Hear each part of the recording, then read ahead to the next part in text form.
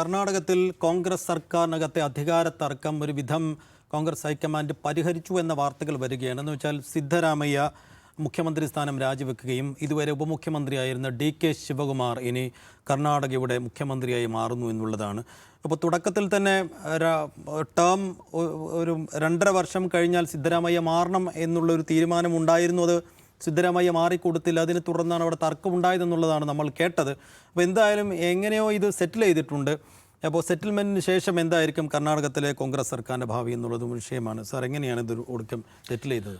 അല്ല, അത് സെറ്റിൽ ചെയ്തതെന്ന് വെച്ചാൽ ഇപ്പോൾ നമുക്കറിയാം, നെഹ്റു കുടുംബത്തിലെ ഒരാളുടെ നമുക്കറിയാം പ്രിയങ്ക ഗാന്ധിക്ക് DKയുമായുള്ള ആ ഒരു DKയോടുള്ള വലിയ അടുപ്പം അത് തന്നെയാണ് അതിനകത്ത് ഒരു തീരുമാനത്തിലേക്ക് എത്തിക്കാൻ കാരണമായത് എന്നുള്ള. അങ്ങനെ നോക്കുമ്പോൾ ശരിക്കും പ്രിയങ്ക കുറെ കൂടി സ്ട്രോങ് ആയി വരികയാണ്. നമ്മുടെ ഇവിടുത്തെ സതീശൻ്റെ കാര്യത്തിലും ഒരു തീരുമാനം, അവരുടെ ഒപ്പീനിയൻ വളരെ പ്രധാനമായി, DKയുടെ കാര്യത്തിലുമായി. അപ്പോൾ എനിക്ക് തോന്നുന്നു ആ കാര്യത്തിൽ സേഫിനും കുറച്ചൊരു നിലപാടുപരമായി യോജിപ്പുണ്ടെന്ന് തോന്നുന്നു.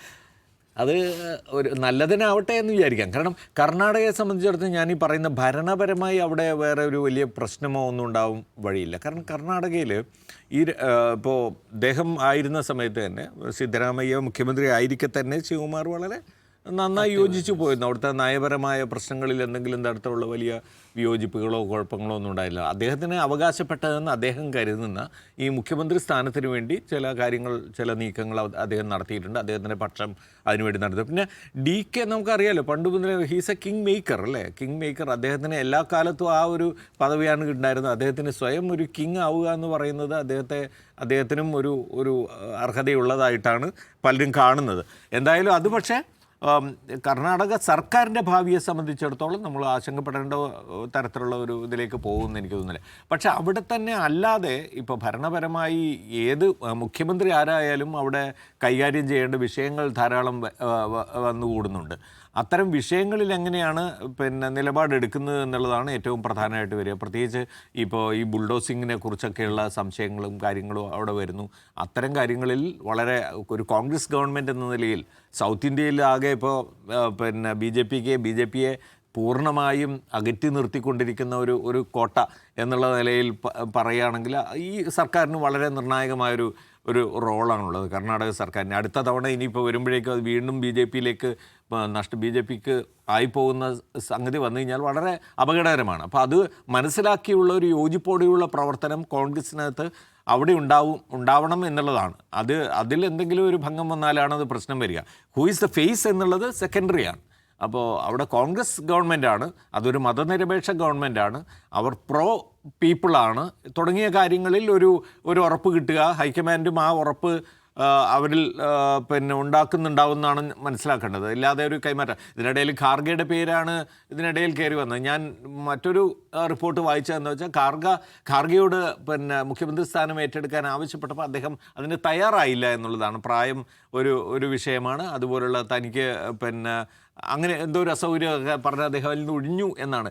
മറിച്ച് ചില റിപ്പോർട്ടുകൾ കേട്ടത് അദ്ദേഹത്തിൻ്റെ താല്പര്യം പ്രകാരം അദ്ദേഹം മുഖ്യമന്ത്രിയാവാൻ ശ്രമിക്കുന്നു എന്നുള്ളതുമാണ്. നമുക്ക് ഇക്കാര്യത്തിലൊന്നും നമുക്കറിയില്ല. എപ്പോഴും ഹൈക്കമാൻഡിന് മുന്നിൽ എത്തുന്ന സംഗതികളെക്കുറിച്ച് നമുക്ക് അങ്ങനെ നേരിട്ട് അറിവുകളില്ല.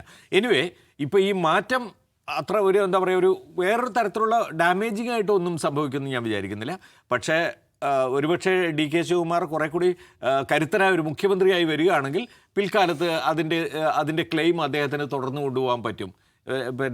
സിദ്ധരാമയ്യേക്കാളും നല്ല മികച്ച മുഖ്യമന്ത്രിയായി തെളിയിക്കാൻ കഴിഞ്ഞു എന്ന് അദ്ദേഹത്തിന് വേണമെങ്കിൽ പിന്നീട് അവകാശപ്പെടാൻ കഴിയുമെന്ന് മാത്രമേ ഉള്ളൂ. യെസ്, നിഷാദ്, ഇപ്പോൾ സാറ് പറഞ്ഞതുപോലെ കിങ് മേക്കർ കിങ് ആവാൻ പോകുന്നു. അപ്പോൾ ഇതുവരെ രണ്ടുപേരും കൂടി ചേർന്നാണ് ഭരിച്ചിരുന്നത്. ഇനിയിപ്പോൾ സിദ്ധരാമയ്യ അവിടെ നിന്ന് മാറാൻ പോകുന്നു, ഇദ്ദേഹം മാത്രം ചേർന്ന് ഭരിക്കാൻ പോകണം. അപ്പോൾ ഈ ഇദ്ദേഹത്തിൻ്റെ നിലപാടുകളൊക്കെ വെച്ച് ഇദ്ദേഹം സിദ്ധരാമയ്യയിൽ നിന്ന് എങ്ങനെ വ്യത്യാസപ്പെട്ടിരിക്കും?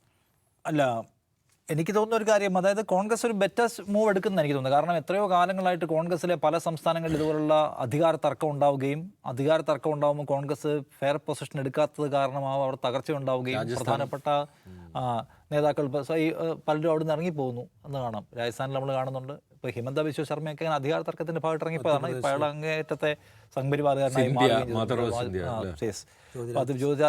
ജ്യോതിരാജ് സിന്ധ്യ, സച്ചിൻ പൈലറ്റ് ഇവരുടെയൊക്കെ കാര്യത്തിൽ എടുത്തിട്ടുള്ള തീരുമാനങ്ങൾക്കകത്ത് വലിയ തോതിലുള്ള ഒരു സ്ട്രാറ്റജിക് മിസ്റ്റേക്ക് ഉണ്ടെന്ന് വിലയിരുത്തുന്ന ആൾക്കാരുണ്ട്. അപ്പോൾ അങ്ങനെ നോക്കുകയാണെങ്കിൽ കർണാടകയിൽ കഴിഞ്ഞ കുറേ കാലമായിട്ട് തർക്കമാണ്, അധികാരത്തിന് വേണ്ടി തർക്കം. ഈ അധികാരം കൊണ്ടുവരുന്ന ഒരു പണിയെടുത്ത ഒരാളെന്ന നിലയ്ക്ക് പുതിയ തലമുറയിൽപ്പെട്ട ആൾ, ഇദ്ദേഹത്തിന് എനിക്ക് തോന്നുന്നു സിദ്ധരാമയ്യക്ക് 78 സംതിങ് ഉണ്ട്, 78 78-79 വയസ്സുണ്ട്. 65 താഴെ പ്രായം മാത്രമേ ഡി കെക്കുള്ളൂ. അപ്പോൾ ഡി കെക്ക് അവസരം കൊടുക്കണമെന്ന അഭിപ്രായമുള്ള ആ പാർട്ടിക്കകത്തുണ്ട്. അയാൾ അതിനുവേണ്ടി ഒരു പണിയെടുത്ത ആളുമാണ്. ആ പാർട്ടിയെ പുനരുജ്ജീവിപ്പിക്കുന്നതിൽ വലിയ തോതിലുള്ള പ്രയത്നം അദ്ദേഹത്തിൻ്റെ ഭാഗത്തു നിന്നുണ്ടായിരുന്നു. അതിന് ഫണ്ട് കണ്ടെത്തുന്നതിൽ അദ്ദേഹത്തിൻ്റെ ഭാഗത്ത് നിന്ന് പ്രയത്നം ഉണ്ടായിരുന്നു. പാർട്ടിയിൽ പ്രശ്നങ്ങളുണ്ടാവും, പരിഹരിക്കുന്നതിൽ അദ്ദേഹം മുന്നിലുണ്ട്. ഒരു സമര മുന്നണിയായിട്ട് പലപ്പോഴും അതിനെ കൊണ്ടു നടക്കുന്നതിൽ മറ്റ് സംസ്ഥാനങ്ങളിൽ പോലും കോൺഗ്രസിന് പ്രശ്നമുണ്ടാകും. അവിടെയെല്ലാം റിസോർട്ട് പൊളിറ്റിക്സ് വരുന്ന സമയത്തൊക്കെ ഇടപെടാൻ ശേഷിയുള്ള ഒരാളായിട്ട് അദ്ദേഹം ആ പാർട്ടി നിൽക്കുന്നു. അപ്പോൾ ഹൈക്കമാൻഡുമായിട്ട് നല്ല ബന്ധമാണ്. നേരത്തെ പറഞ്ഞ പ്രിയങ്ക ഗാന്ധിയുമായിട്ട് നല്ല ടേംസിലാണ്. അപ്പോൾ അങ്ങനെയുള്ള ഒരാളെന്ന നിലയ്ക്ക് അദ്ദേഹം ന്യായമായും പരിഗണിക്കപ്പെടേണ്ടതാണ്. അപ്പോൾ ഞാൻ കാണുന്നത് കഴിഞ്ഞ കുറേ കാലമായി കർണാടക കോൺഗ്രസ് രാഷ്ട്രീയത്തിനകത്ത് നിലനിന്നിരുന്ന ഒരു ശമനമില്ലാത്ത പോരാട്ടത്തിന് അന്ത്യമുണ്ടാക്കാൻ ഈ തീരുമാനം വഴി കോൺഗ്രസിന് കഴിയുമെങ്കിൽ ആ സംഘടനയെ സംബന്ധിച്ച് അത് ഗുണപരമാണ്. പക്ഷേ അതിൽ ഉറപ്പാക്കേണ്ട ഒരു കാര്യമുണ്ട്, സിദ്ധരാമയ്യ അതിൽ പൂർണ്ണമായും കൺവിൻസ്ഡ് ആവണം. അദ്ദേഹം അതൃപ്തിയോടെയും നിസ്സഹകരണ മനോഭാവത്തോടെയുമാണ് അവിടെ നിന്ന് ഇറങ്ങിപ്പോകുന്നതെങ്കിൽ അത് ഗുണപരമല്ല. നമ്മളിപ്പോൾ ഡി കെ ശിവകുമാർ ഇന്ത്യയിലാകമാനം ആഘോഷിക്കപ്പെടുന്ന ഒരു കമ്പാരിറ്റീവ്ലി പ്രായം കുറഞ്ഞ ഒരു നേതാവായിരിക്കുമ്പോൾ തന്നെ സിദ്ധരാമയ്യ അദ്ദേഹത്തെക്കാൾ താഴെ പോപ്പുലാരിറ്റി ഉള്ള ഒരാളല്ല. അദ്ദേഹത്തെക്കാൾ കൂടുതൽ ജനങ്ങൾക്കിടയിൽ ആഴത്തിൽ സ്വാധീനമുള്ള നേതാവാണ് സിദ്ധരാമയ്യ. അദ്ദേഹം അവിടെ പറയില്ല, അഹിന്ദ കമ്മ്യൂണിറ്റിയിൽ അദ്ദേഹത്തിനുള്ള സ്വാധീനം, മുസ്ലിങ്ങൾ, ദലിതുകൾ, പിന്നോക്കക്കാർ എന്ന് പറയുന്ന ഒരു വലിയ ബെൽറ്റിൽ അദ്ദേഹത്തിനുള്ള സ്വാധീനം, സോഷ്യലിസ്റ്റാണ്. അപ്പോൾ അദ്ദേഹം മുന്നോട്ട് വെക്കുന്ന സാമൂഹ്യ നീതി എന്ന് പറയുന്ന ആശയത്തിന് കിട്ടിയിട്ടുള്ള ഒരു സ്വീകാര്യത അദ്ദേഹത്തെ ആ നിലയ്ക്ക് നേതാവായി കാണുന്ന വലിയ വിഭാഗം ജനങ്ങൾ കർണാടകയിലുണ്ട്. അപ്പോൾ അതിൽ സിദ്ധരാമയ്യയെ ഇവരെടുത്തെറിയുകയാണ്, അദ്ദേഹത്തിന് വേണ്ടത്ര ഒരു പ്രാതിനിധ്യം കിട്ടിയില്ല, അദ്ദേഹത്തിൻ്റെ നേതൃത്വം പരിഗണിക്കപ്പെട്ടില്ല എന്നൊരു മൂഡ് ക്രിയേറ്റ് ചെയ്യപ്പെടാതിരിക്കാൻ കോൺഗ്രസ് അതീവ ജാഗ്രതയോടെ കാണിക്കണം. ഇല്ലെങ്കിൽ സംഭവിക്കാൻ പോകുന്നത് ഇത് BJP മുതലെടുക്കും. അതുണ്ടാക്കാൻ പോകുന്നതെന്ന് വെച്ചാൽ ആ ഒരു വലിയ ബെൽറ്റിലുണ്ടാകുന്ന നഷ്ടമാണ്. ശരിയാണ്, ഇദ്ദേഹം വൊക്കലിംഗ സമുദായ അംഗമാണ്. അപ്പോൾ ആ സമുദായത്തിനകത്ത് ശരിയാണ് ഡി കെ ശിവകുമാർ പരിഗണിക്കപ്പെടുന്നതിൻ്റെ വലിയുള്ള ഒരു അവരെ പ്ലീസ് ചെയ്യാൻ പറ്റും. പക്ഷെ അതിനപ്പുറമാണ് ഈ പറയുന്ന ഒരു സംയോജിത കക്ഷി അല്ലെങ്കിൽ ഈ സാമൂഹിക വിഭാഗങ്ങളുടെ ഒരു ശൃംഖലയുണ്ട്. ആ ശൃംഖലയെ മാനേജ് ചെയ്യുന്നത്, റൺ ചെയ്യുന്നത് സത്യത്തിൽ ഇദ്ദേഹത്തിൻ്റെ പോപ്പുലാരിറ്റിയാണ്. ഇദ്ദേഹം അതിൽ നിന്ന് ഉയർന്നു നിൽക്കുന്ന അവരുടെ നേതാവാണ്.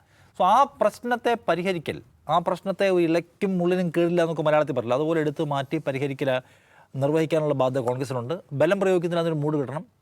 അദ്ദേഹത്തെ കൺവിൻസ് ചെയ്യാൻ ശ്രമിക്കുന്നു. അദ്ദേഹം പുറത്തു വലിയ ഒച്ചപ്പാടൊന്നും കാണിക്കുന്നില്ല. നാളെ തീരുമാനം പ്രഖ്യാപിക്കുമെന്ന് പറഞ്ഞു, രാജിവെക്കുമെന്ന് അറിയില്ല.